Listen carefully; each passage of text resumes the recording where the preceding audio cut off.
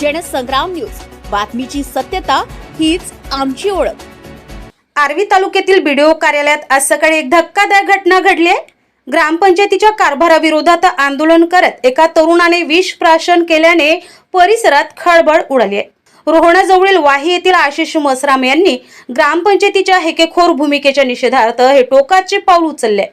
भगवान बिरसा मुंडा जयंती कार्यक्रमासाठी वेळेत पाणी पुरवठा न झाल्याने संबंधित कर्मचाऱ्याला निलंबित करण्यात आले होते। मात्र 3 महिन्यांचा कालावधी पूर्ण होण्यापूर्वीच त्या कर्मचाऱ्याला पुन्हा सेवेत घेतल्याच्या निषेधार्थ आशिष मसराम यांनी आंदोलनाचा इशारा दिला होता।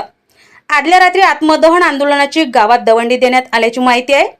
आज बीडीओ कार्यालयात आंदोलनादरम्यान त्यांनी विष प्राशन केले। आर्वी येथील उपग्रामीण रुग्णालयात उपचार घेऊन सध्या सेवाग्राम रुग्णालयात उपचार सुरू असून परिसरात तणावपूर्व शांतता आहे। प्रशासनाकडून पुढील तपास सुरू आहे।